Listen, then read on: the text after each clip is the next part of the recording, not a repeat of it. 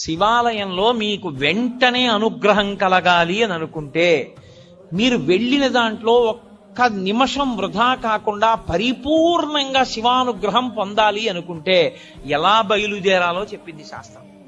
త్రిపుండ్రములను ధరించి బొట్టు పెట్టుకుని పంచ కట్టుకుని ఉత్తరీయాన్ని తీసి నడుముకి బిగించుకుని మీద ఉత్తరీయం వేసుకోకుండా శివాలయం బయటే చెప్పులు విడిచిపెట్టి కాళ్ళు కడుక్కుని కుడికాలు ముందు పెట్టి లోపలికి వెళ్ళి మొట్టమొదట రాజగోపురాన్ని చూసి తర్వాత శివాలయ గోపురాన్ని చూసి అప్పుడు మీరు శివాలయం దగ్గరికి వెళ్ళి నంది దగ్గర మాత్రమే మీరు ప్రదక్షిణాన్ని ప్రారంభం చేయవలసి ఉంటుంది. కాబట్టి నందీశ్వరుడి దగ్గర ప్రదక్షిణాన్ని ప్రారంభం చేసి వెళ్ళేటప్పుడు దేవాలయంలో మహామంటపము, అర్ధమంటపము, ముఖమంటపము అని 3 మంటపాలు ఉంటాయి. ఈ 3 మంటపాలు దేనికి గుర్తు అంటే స్థూల సూక్ష్మ కారణ శరీరములకు గుర్తు. ఈ 3 శరీరములను నేను అధిగమించేటటువంటి అదృష్టం నాకు కలగాలని కోరుకోవడం ముఖమంటపాన్ని, మహామంటపాన్ని, అర్ధమంటపాన్ని, ముఖమంటపాన్ని దాటాలి. దాటేటప్పుడు శివాలయానికి ప్రదక్షిణం చేస్తే ఒక్క మారు చేస్తే చాలు, 3 మార్లు చేస్తే విశేషం. ఎందుకని 3 మాటలు? భగవాన్ రమణ మహర్షి ఎందుకు గిరి ప్రదక్షిణం చెయ్యాలి అన్నదానికి చెప్తుండేవారు. అంటే మీరు ప్రదక్షిణం చెయ్యడానికి కాళ్ళు కదుపుతూ ఉంటే మీ పాపములు కాలిపోతాయి. మీరు ఏ కోరికతో అలమటిస్తున్నారో ఆ కోరికలు ఇవ్వబడతాయి. మీరు ఏ కోరిక లేకుండా ప్రదక్షిణం చేస్తుంటే అంటే జన్మాంతరములందు చేసిన పాపములు కూడా కాలిపోతాయి. ఆఖరి ఊపిరి దగ్గర పాపపుణ్యములు లేని స్థితి కల్పించి మోక్షం ఇవ్వబడుతుంది. ప్రదక్షిణం, అందుకు శివాలయ ప్రదక్షిణం. నేను కాదు, స్కాందంలోంచి సాక్షాత్ భగవాన్ రమణులు చెప్తుండేవారు కూర్చోబెట్టి ఎందుకు గిరి ప్రదక్షిణం చెయ్యాలో.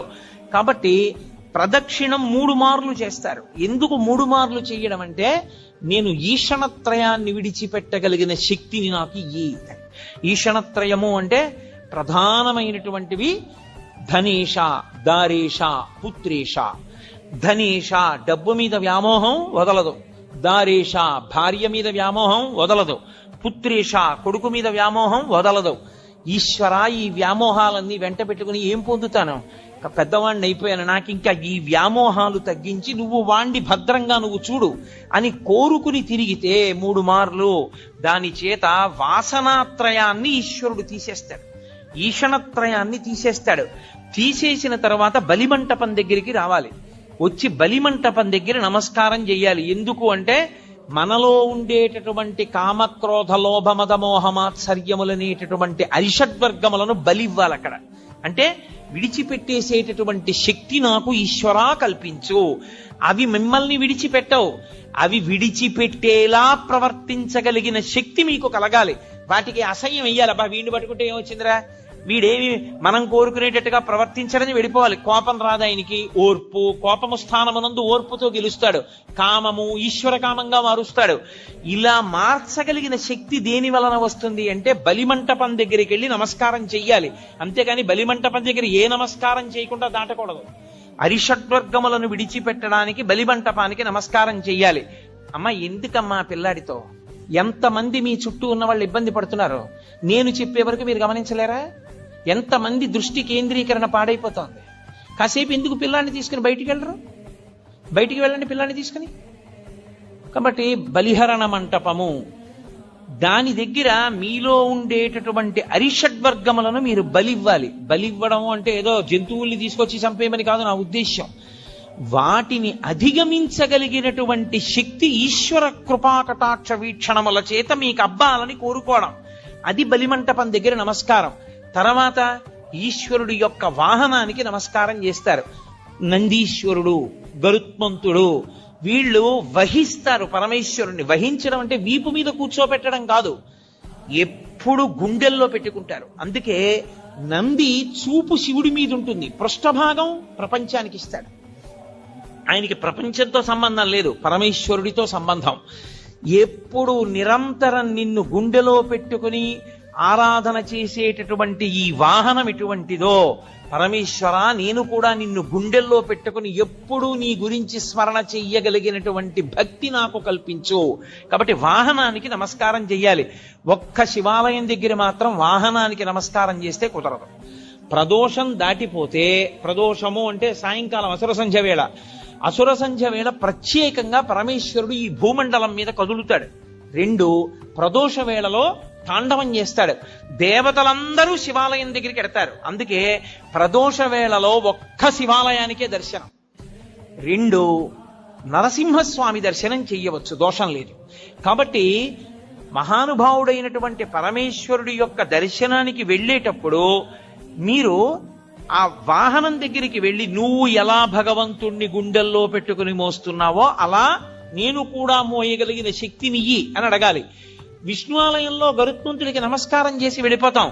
ఒక్క శివాలయంలో మాత్రం ఒక నియమం ఉంటుంది.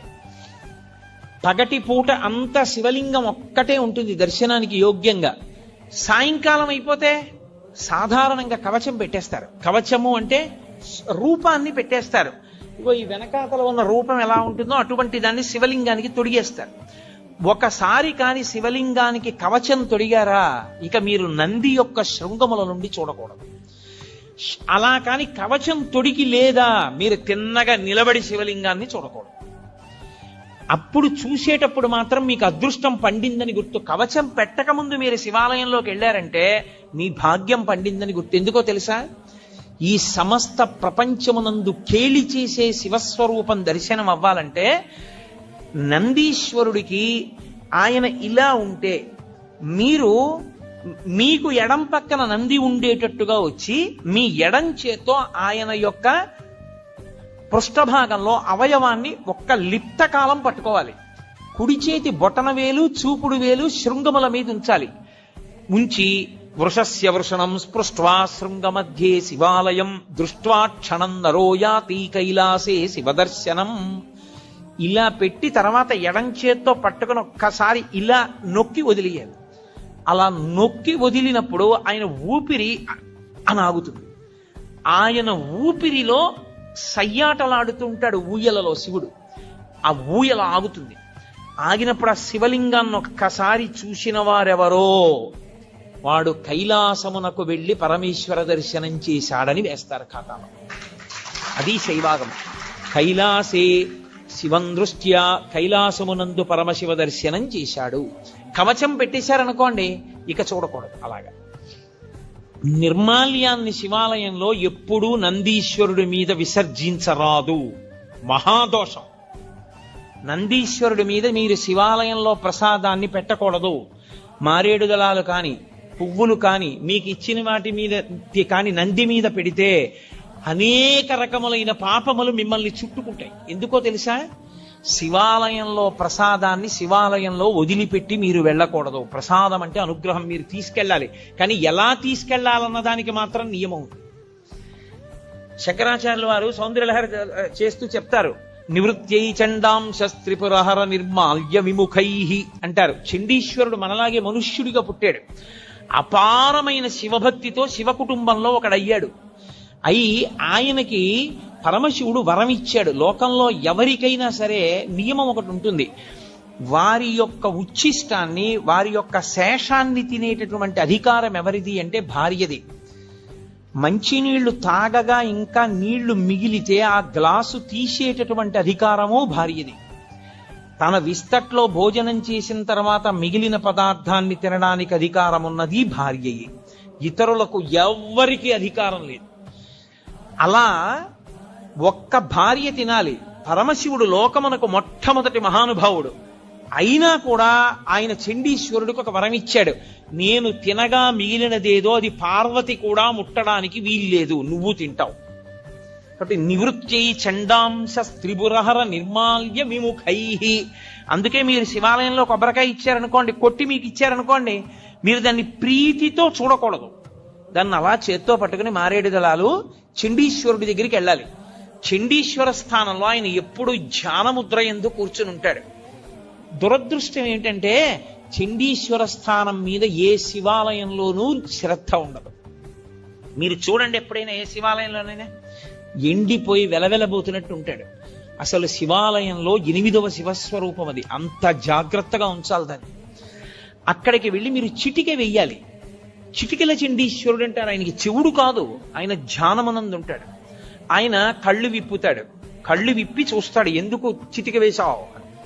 అయ్యా, నేను తీసుకెళ్ళకూడదు తిన్నగా, శివుడికి ఇవ్వగా మిగిలింది ఏదైనా మీకు ఇవ్వాలి. కొబ్బరికాయ కొడితే ఓ చెక్క శివుడి దగ్గర ఉంది, ఓ చెక్క మీకు ఇచ్చారు, అది చండీశ్వరుడికి వెళ్ళాలి. కానీ ప్రసాదంగా తీసుకెడదాం అనుకుంటున్నాను, మీరు అనుగ్రహించండి, ఇలా చూపించాలి. మీరు పట్టుకెడుతున్న దాంట్లో ఏదో కొద్దిగా అలా చూపించాలి. చూపిస్తే ఆయన చూసి సంతోషిస్తాడు. తీసుకో, నేను ఇచ్చాను నీకు ప్రసాదం అంటాడు. ఇప్పుడు చండి ముఖంగా మీకు ప్రసాదం రావాలి, అంతేగాని నందీశ్వరుడు వదిలిపెట్టమని ఏ శివాగమంలో ఉందో నాకు చూపించండి. ఎక్కడా లేదు. ప్రతి దేవాలయంలో అర్చకులు చేస్తున్న తప్పది. నందీశ్వరుడి మీద పెట్టేయండి అని చెప్తున్నారు, పరమ దోషం. నంది మీద పెడితే కింద పడుతుంది, కింద పడితే వెనక వచ్చిన వాడు తొక్కుతాడు, తొక్కితే ఆ పాప నీకు అడికి పెడుతుంది. పుష్పదంతుడని శివమహిమ్నా స్తోత్రం చేశాడు ఆయన. అదే పనిగా రాజుగారి తోటలో పువ్వులన్నీ పట్టుకుపోతుండేవాడు. పట్టుకుపోతుంటే కనపడేవాడు కాడు గంధర్వుడు. రాజుగారికి కోపం వచ్చింది, వీడిని పట్టుకోలేకపోతున్నాం, శివాలయంలో వాడినటువంటి పువ్వులు తెచ్చి చల్లండి కింద ఆకులు. వాడు రాత్రి వచ్చి తొక్కుతాడు, వాడి శక్తి పోతుందన్నాడు. చల్లేశారు. ఆయన తెలియక భూమి మీద దిగాడు పూల తోటలో. తొక్కగానే ఆయన శక్తి పోయింది, పట్టుకుని బంధించారు. అప్పుడు ఆయన శివమహిమ్నా స్తోత్రం చేశాడు. నందీశ్వరుడి దంతాల మీద ఉంటాయి ఇప్పటికీ ఆ శివమహిమ్నా స్తోత్ర శ్లోకాలు. ఒకప్పుడు నేను మహాభక్తుడను, ఆయన వెళ్ళి పరమేశ్వరుడి దగ్గర శివమహిమ్నా స్తోత్రం జరిగితే నంది పళ్ళికి లిజ్జట్టిలాగా ఆయన పళ్ళ మీద కనబడ్డాయి శ్లోకాలు. ఇక్కడ నువ్వు జరుగుతాయంటే నా పళ్ళ మీద రాసుకున్నాను బట్టి నేను అంత శక్తివంతములు శివమహిమ్నా స్తోత్రం. కాబట్టి ఆ గంధర్వుడు శివమహిమ్నా స్తోత్రం చేస్తే మళ్ళీ శక్తి వచ్చి వెళ్ళిపోయాడు. కాబట్టి శివ నిర్మాల్యాన్ని తొక్కకూడదు. తొక్కకూడని శివ నిర్మాల్యాన్ని ఆ నందీశ్వరుడి మీద పెట్టించడం ఏంటి? తప్పు కాదు. విభూతి దాని మీద చల్లేయండి అన్నాం, నిర్మాల్యం నంది మీద పెట్టి వెళ్ళిపోండి అన్నాం. అసలు శివాలయంలో ఉన్న అర్చకులు మొదట తెలుసుకోవాలని. అలా మనం చెప్పకూడదు. చండీశ్వర స్థానానికి చూపించి మీరింటికి పట్టుకెళ్ళండి అని చెప్పాలి. ఆ మారేడు దళం చక్కగా మీరింటికి పట్టుకెళ్ళచ్చు, కళ్ళకు అద్దుకోవచ్చు, ఎక్కడో నీళ్లలోనో మొక్కలోనో పెట్టేసేయచ్చు. మీ ఇంటికి పట్టుకెళ్ళాలి, గడప దాటాలి ప్రసాదం. గడప దాటి ఇంటికి వస్తేనే శివానుగ్రహం. మీరు ఎక్కడో వదిలిస్తే ఇంకా ప్రసాద తిరస్కారం చేస్తే మీకు అనుగ్రహం ఎక్కడి నుంచి వస్తుంది? మీరు నంది మీద పెట్టి కింద బారేసి అదే ప్రసాదం తీసుకోవాల్సిన విధానం శివానుగ్రహాన్ని పొందడానికి.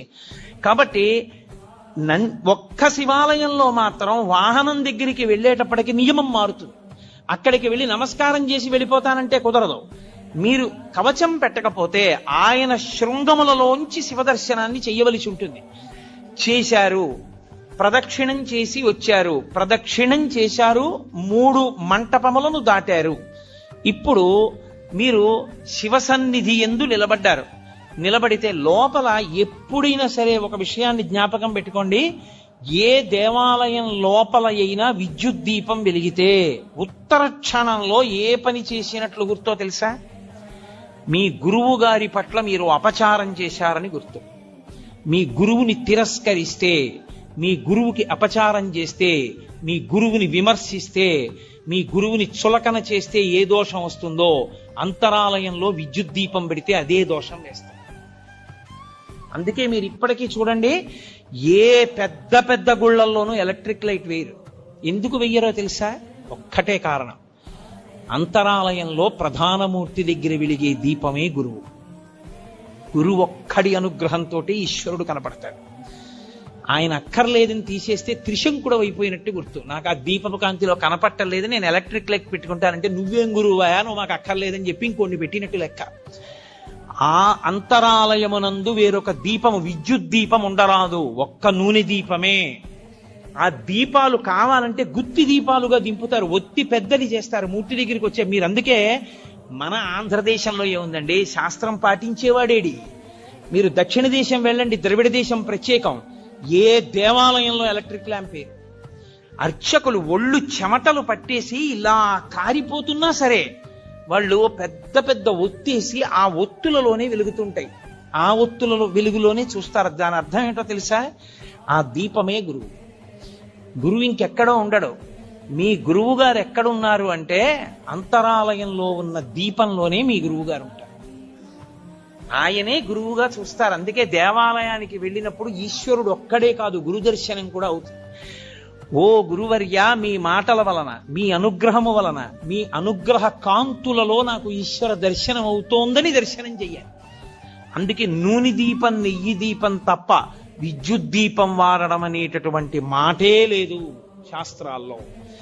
అందుకే ఈశ్వర ప్రధానమూర్తిని చూడగానే రెండిటిని మనసులో స్మరించాలి. ఒకటి గురువు, రెండు ఈశ్వరుడు, ఇద్దరిని స్మరించాలి. స్మరించి నమస్కారం చెయ్యాలి. ఉత్తర క్షణంలో మీకు అనుగ్రహం గురువు ద్వారా కృప చేయబడుతుంది. మళ్ళీ దీపపు కాంతి ద్వారానే మళ్ళీ మీకు ఆ కన్నులకు ఆ దీపపు కాంతి ద్వారానే మీకు ఈశ్వర కటాక్షము గురుముఖంగా ప్రసరిస్తుంది. అందుచేత దేవాలయమునందు దర్శన విధి, ఈశ్వరుణ్ణి దాటి వెళ్ళడానికి ఇక ద్వారం ఉండదు. మనుష్య జన్మ యొక్క చిట్ట చివరి ప్రయోజనం ఆయన్ని చేరడమే, ఆయన్ని దాటడానికి ఇంకేం లేదు. అందుకే పృష్ఠభాగంలో అంతరాలయానికి ఇక ద్వారం ఉంచరు. అంతరాలయంలో ఉన్న పరమేశ్వరుడికి సమర్పణం చేసినప్పుడు ముచిక నుంచి తనంత తాను విడినవి ఇవ్వాలి. ఏవవి? పళ్ళు. కాయ ఇవ్వకూడదు దేవాలయంలో. ఎందుచేత అంటే ఈశ్వరుణ్ణి ఎప్పుడు అడిగినా పండిపోవడం ఒక్కటే అడగాలి. ఈశ్వరుడు మీకు ఫలప్రదాత. మీకాయన ఫలం ఇవ్వడానికి మీరు ఆయనకి ఫలం ఇవ్వాలి. ఆయనకి కాయలు ఇవ్వడం దోషం. ఆయనకి ఫలాలు ఇవ్వాలి. కాయలు ఎవరికి ఇవ్వాలి? అర్చకుడికి ఇవ్వాలి. మీ ఇంట్లో అరటి చెట్టు కాసింది అనుకోండి, 4 అరటికాయలు అర్చక స్వామికి ఇవ్వాలి, 4 అరటి పళ్ళు ఈశ్వరుడికి ఇవ్వాలి. 2 అగరత్తులు ఇవ్వండి, 3 కర్పూరం బిళ్ళలు ఇవ్వండి, 4 తమలపాకులు ఇవ్వండి, 2 వక్కలు ఇవ్వండి, అథవా ఓ బెల్లంగడ్డ తెచ్చి ఇవ్వండి. తప్ప కాయలు పట్టుకొని దేవాలయ ప్రవేశము చేయరాదు. నేను యథార్థంగా మీకు ఆగమంలో ఉన్న విషయాలు మాట్లాడుతున్నాను. అలా ఎవరు వెళ్ళి దేవాలయానికి నమస్కారం చేసుకుని బయటికి వచ్చి ఒక్క క్షణం కూర్చోవాలి. కూర్చుని మీరు ఏం చూశారో దాన్ని స్మరించాలి. మిగిలినవన్నీ ఎలా ఉన్నా తప్పకుండా దేవాలయంలోంచి బయటికి వచ్చేసేటప్పుడు మనసులో ఒకటి నిలబడాలి. ఆ పక్కన వేలాడుతున్నటువంటి దీపంలో పక్కకి ఉన్న పెద్ద ఒత్తి దాని వెలుతురు, ఆ వెలుతురులో ఈశ్వరుడు చూడాలి. ముందు గుత్తి దీపం, ఒత్తికున్న జ్వాలలో ఈశ్వరుడు. ఇప్పుడు గురువుగారి పాదములు, గురువుగారి అనుగ్రహముగా ఈశ్వరుడు. మీరు సర్వశ్రేయస్సులు పొందేస్తారు. కళ్ళు మూసుకుని ఆ దర్శనం చేసి బయటికి రావాలి. అది ఏ గురువు అనుగ్రహంతో గుడివేపుకి నడిచారో ఆ గురువు అనుగ్రహంతో ఈశ్వర దర్శనం చేసి కృతజ్ఞత చెప్పి పైకొచ్చినట్టు. కాబట్టి ఒక దేవాలయ దర్శన విధి ఈశ్వర దర్శనమునందు తెలిసి చేయి, తెలియక చేయి.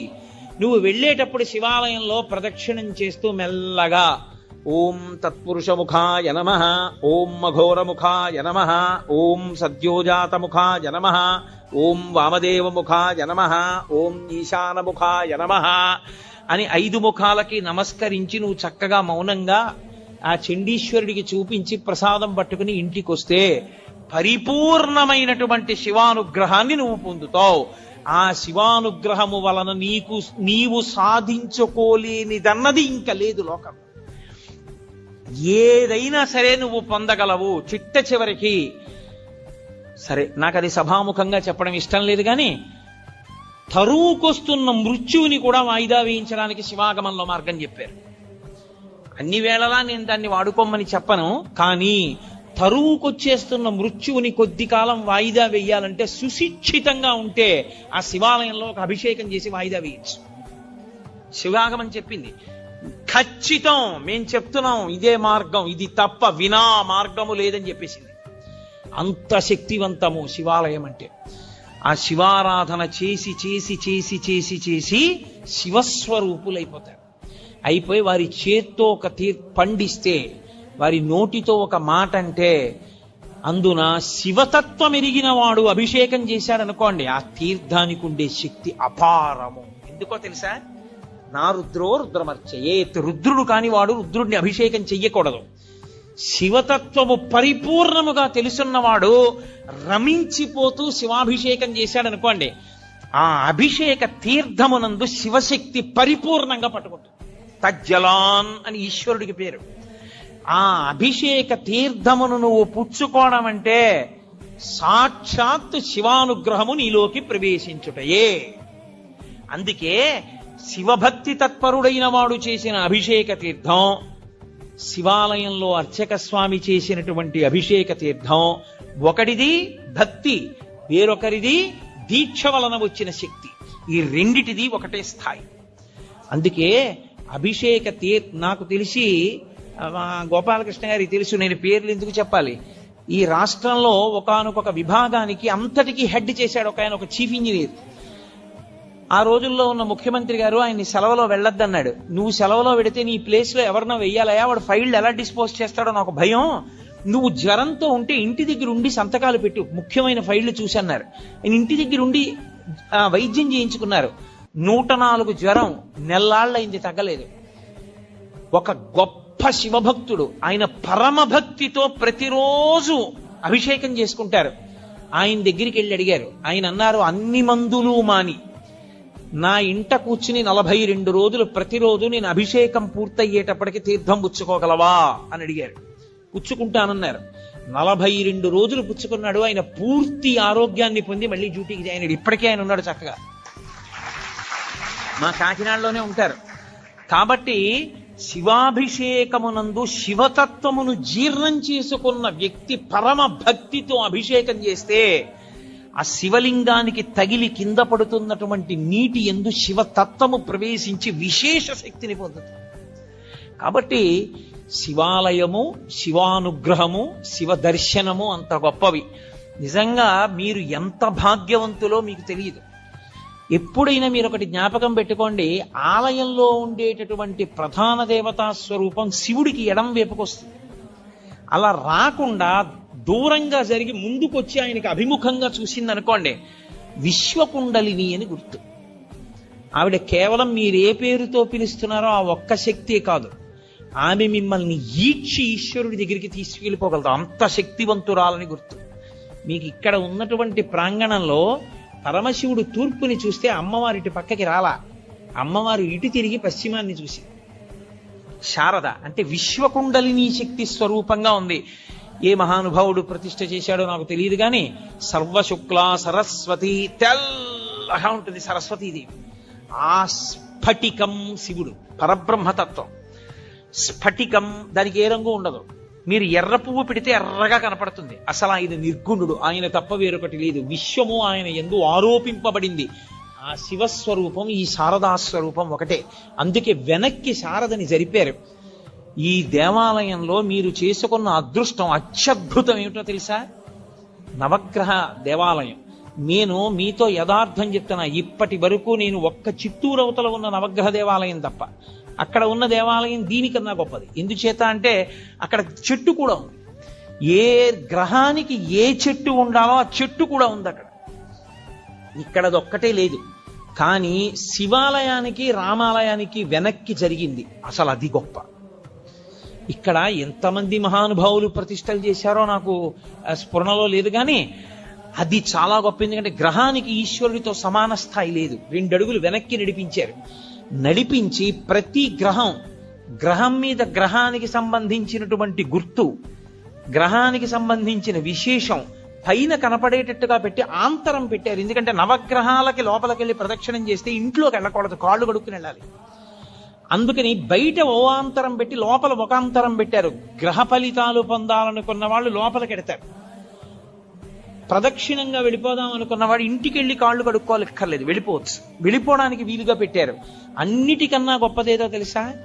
శివాలయం విష్ణువాలయం యొక్క నీడ ఒక్క చోట పడేటట్టుగా ఉండి ప్రదక్షిణం చేస్తే వాడు సాక్షాత్తుగా కాశీ క్షేత్రం లాంటి క్షేత్రాల్లో ప్రదక్షిణం చేయడంతో సమానం. 2 నీడలు పడాలి. మాకు కాకినాడలో ఉన్నాయి అలా 2 దేవాలయాలు. ఇక్కడ విష్ణు స్వరూపం రామచంద్ర ప్రభు, రామచంద్ర ప్రభువు యొక్క ఆలయం, ఆ పక్కన శివాలయం 2 ఉన్నాయి. రెండిటి మధ్యలోంచి ప్రదక్షిణం చేస్తారు. శివ దర్శనం చేసి రామదర్శనం చెయ్యాలి. అంత గొప్ప అమరిక. అసలు ఆ కళ్యాణ మంటపం ఒక అద్భుతం. ఆ కళ్యాణ మంటపం మీద 27 నక్షత్రాల యొక్క గుర్తులు. అవి నిజంగా మీరు చూస్తే ధన్యులు. మీ పిల్లలకి చూపిస్తే. ఎందుకో తెలుసా? మృగశీర్ష నక్షత్రం ఆకాశంలో ఎలా ప్రకాశిస్తుందో, హస్త నక్షత్రం ఎలా ప్రకాశిస్తుందో భాద్రపద మాసంలో, అవన్నీ నక్షత్ర శాస్త్రం చదువుతుంటే అబ్బా అలా ఉంటుందా నక్షత్రం ఆకాశంలో అనుకుంటాం. అవి ఎలా ఉంటాయని చెప్పబడిందో 27 నక్షత్రాలు అలాగే చెక్కారు అక్కడ. నేను ఒక రోజు 2 గంటల చుట్టూ తిరిగి చూశాను. 27 నక్షత్రాలని యథాతథంగా అలా పెట్టారు. పెట్టి 27 నక్షత్రాల్లోంచి 12 రాసుల్ని తీసుకొచ్చారు. 12 రాసుల కింద కళ్యాణ మంటపం తీసుకొచ్చారు. నేను పొద్దున్నే అడిగా, ఇక్కడ కళ్యాణం చేస్తారా అని అడిగా. ఆ కింద కళ్యాణం జరుగుతుండగా చూస్తే సమస్త గ్రహదోషములు తిరిగిపోతాయి. అసలు ఆంధ్రదేశంలో అపూర్వమైనటువంటి దేవాలయ సమ్మేళనాల్లో ఈ ప్రాంతం ఒకటి. అందుకే నేను గుంటూరు రావడం అంటే అంత సంతోషంగా వస్తాను. దీన్ని హరిప్రసాద్ గారు కాదు, మీ అందరూ కూడా నడుం కట్టి పరిరక్షించుకోవాలి. చక్కగా ఈ దేవాలయంలో ఉన్న శక్తిని మీ అందరూ కూడా అనుభవించాలి. అనుభవించి దేవతల యొక్క అనుగ్రహాన్ని పరిపూర్ణంగా మీరు పొందగలగాలి. అంత గొప్ప క్షేత్రం, అంత గొప్ప వైశిష్ట్యం కలిగినటువంటి స్థానములు. అటువంటి బిల్వవృక్షం వెనక మేడి చెట్టు, గోశాల, ఇన్ని ఏకకాలంలో ఉన్న దేవాలయం ఎక్కడుంది? అసలు యథార్థానికి నాకు ఇక్కడ వసతి గృహంలో ఉండడాన్ని ఎంతో ఇష్టపడేవాడిని. కారణాంతరముల చేత నాకు కొన్ని చికాకులు కలిగి నేను ఇక్కడి నుంచి వెళ్ళిపోయాను, వేరొక చోట ఉంటున్నాను తప్ప. యథార్థానికి నాకు ఇప్పటికీ మనసులో ఇక్కడ ఉండడమే ఇష్టం. ఎందుకంటే లేచి నాకు ఆ శిఖరాలు చూడడం, ఆ దేవాలయాల పైన ఉండేటటువంటి ఆ కలశలు చూడడం, ఈ ప్రాంగణంలోకి రావడం, శంకరాచార్యుల వారి గుళ్ళోకి ఉత్తరీయం లేకుండా వెళ్ళి ప్రణిపాతం చేయడం నాకు ఎంత ప్రీతిపాత్రములో. కానీ వేరు కారణముల చేత ఇంకొక చోట ఉండి ఇక్కడికి రావలసి వస్తోంది నేను. కాబట్టి అంత గొప్ప ప్రాంగణం ఇది. దొరకమంటే దొరికేది కాదు. నిజంగా శృంగగిరికి పీఠాధిపత్యం వహించినటువంటి మహాపురుషులు అపారమైనటువంటి కారుణ్య దృష్టిని కురిపించారు. చిత్రం ఏంటంటే కంచికామకోటి పీఠాధిపతులు కూడా ఇక్కడ ప్రతిష్ఠ చేశారు. నవగ్రహాలు అంటే అయింది నవగ్రహాల దేవాలయం. కాబట్టి కామకోటి, శృంగేరి 2 పీఠాధిపతులు కలిపి నిర్మాణం చేసినటువంటి దేవాలయాల యొక్క సమ్మేళనం ఉంది ఇక్కడ. ఇంత గొప్ప దేవాలయ వ్యవస్థ కనుక నేను ఇంతకన్నా చెప్తూ వెళ్ళిపోతే దానికి అంత ఏముంటుంది, ఎంతైనా వెళుతుంది. కాబట్టి మీ అందరూ కూడా చక్కగా ఈ దేవాలయాన్ని సేవించండి. నేను పిల్లలకు ఒక మాట చెప్తాను. మీరు ఋతువులు మారుతున్నప్పుడు శారదాదేవి మందిరాన్ని చుట్టూ తిరగండి. మీరు మొట్టమొదట అటువైపు నించోండి. తూర్పు నుంచి కదా కిరణాలు పడతాయి. అక్కడ యాగశాల ఉంది. ఆ యాగశాల దగ్గర నిలబడి చూడండి. మధ్యలో ఒక దళం ఉండి ఇలా తామర దళాలు ఉంటాయి, 3 ఉంటాయి. సూర్యకిరణాలు ఎలా పడుతున్నాయో మీరు ఒకసారి చూడండి. ఒక్కొక్క చోట 3 రేకులు ఉన్నాయి. ఇవన్నీ కలిపితే ఏం వస్తుందో ఆలోచించండి. ఎందుకు తామర పువ్వు పెట్టకుండా దళాల్ని మాత్రమే పెట్టి విడిచిపెట్టారో చూడండి. ఒక్కొక్క చోట తెల్లవారుజామున సూర్యకిరణాలు శారదాదేవి దేవాలయం మీద ఎక్కడ పడుతున్నాయో గమనించండి. 4 వైపులా శ్లోకాలు పెట్టారు. ఆ శ్లోకాలు ఏవి పెట్టారో గమనించండి. ఎంత దూరదృష్టితో, ఎంత అద్భుతమైనటువంటి సంపదని మీకు ఇక్కడ ఏర్పాటు చేశారో మీరు గమనిస్తారు. ఇవాళ హోమం ఒక్కటి జరుగుతున్న దేవాలయాలు చాలా లేవు. అలాంటిది ఇక్కడ ఎన్నో హోమాలు జరుగుతున్నాయి. అపూర్వమైన హోమాలు. ఆంధ్రదేశంలో ఎక్కడా జరగని హోమాలన్నీ జరుగుతున్నాయి. దేవతలందరూ వస్తారు హోమాలు చేస్తే. అంత పరమ పవిత్రమైన ప్రాంగణం. చక్కగా మీ అందరూ కూడా దీన్ని సద్వినియోగం చేసుకోండి. మళ్ళీ ఈశ్వరుడు అనుగ్రహించిన నాడు మీ అందరినీ కలుసుకుని నేను ఒక వారం రోజులో 10 రోజులో ప్రసంగాలు చేసేటటువంటి అదృష్టాన్ని పొందుతాను. కాబట్టి ఇక్కడతో మీ అందరి దగ్గర సెలవు తీసుకుంటూ మంగళాశాసన పరై మదాచార్య పురోగమై సర్వైశ్చ పూర్వైరాచార్యై సత్కృతాయాస్తు మంగళం. మంగళం కోసలేంద్రాయ మహనీయ గుణాత్మనే చక్రవర్తి తనూజాయ సర్వభౌమాయ మంగళం. ఉమాకాంతాయ కాంతాయ కామితార్థప్రదాయినే శ్రీగిరీశాయ దేవాయ మల్లినాథాయ మంగళం. కరచరణకృతం వా కర్మవాక్కాయజం వా శ్రవణనైనజం వా మానసం వాపరాధం విహితం వా సర్వమేత్తక్షమస్వ శివ శివ కరుణాబ్ధే శ్రీ మహాదేవ శంభో. సర్వం శ్రీ ఉమామహేశ్వర పరబ్రహ్మార్పణమస్తు. స్వస్తి.